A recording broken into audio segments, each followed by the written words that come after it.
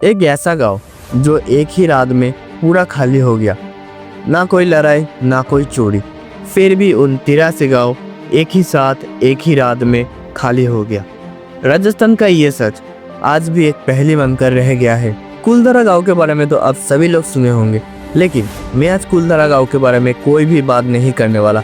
आज मैं बात करने वाला हूँ उन 83 गांव के बारे में जो एक ही साथ एक ही रात में गायब हो गया था। तो नमस्कार दोस्तों, डाउट फोल्डर में आप लोगों का स्वागत है। आज हम बात करने वाले हैं उन 83 गांव के बारे में जो एक ही साथ एक ही रात में गायब हो गया था। तो चलिए बिना टाइम वेस्ट किए कहानी को आगे बढ़ाते हैं। साल था 1825।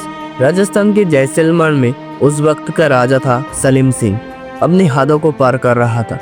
उसकी नजर पड़ती है कुलधरा की मुखिया की एक खूबसूरत बेटी पर, और बस वो उसकी लड़की से शादी करने की जिद पर आ जाता है।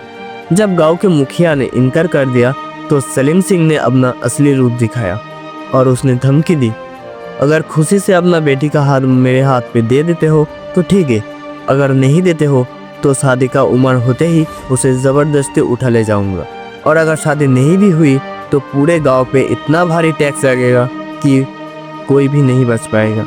सलीम सिंह की भारी टैक्स लगाने का धमकी सिर्फ कुलधरा तक ही सीमित नहीं रही। उसका अत्याचार का डर कुलधरा के आसपास और भी 83 गांव में फैल गई, और एक रात बिना किसी शोर शराबे के सारे लोग अपना घर, मंदिर, दुकान छोड़कर चला गया। ना कोई लड़ाई, ना कोई खून और ना ही कोई निशान। सिर्फ वीराने में पड़ी ये गांव और उसका भयानक सन्नाटा रह गया। लोगों के गायब होने के बाद आज तक किसी को पता नहीं चला कि वो सब लोग कहाँ गया या किसी नई जिंदगी शुरू की नई शहर में। लोगों के दिल में आज भी ये एक मिस्ट्री बन के रह गया।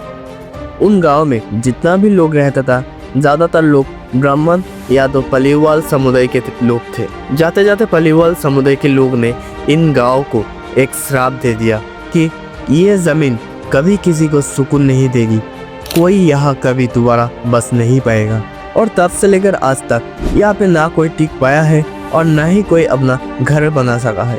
कहा जाता है रात के समय यहाँ से आवाजें आती है, पैरों की आहट, किसी की रोने की आवाज, और कभी कभी तो साया भी दिखाई देता है।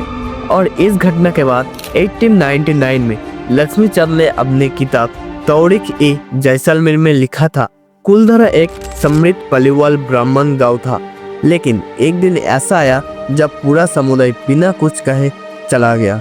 ये गांव एक समय पानी के एडवांस टेक्निक, व्यापार और संस्कृत का केंद्र था, और उसके आसपास के गांव खावा, मौसूर्दी, जेथुआई, चंदना, उदय सब उसी रात एक साथ वीरान हो गया।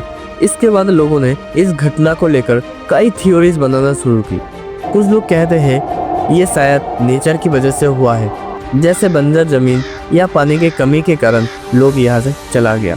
कुछ लोग तो ये भी कहते हैं शायद सलीम सिंह के अत्याचार इतना ज़्यादा भयंकर था कि उन लोगों को भागने में मजबूर कर दिया।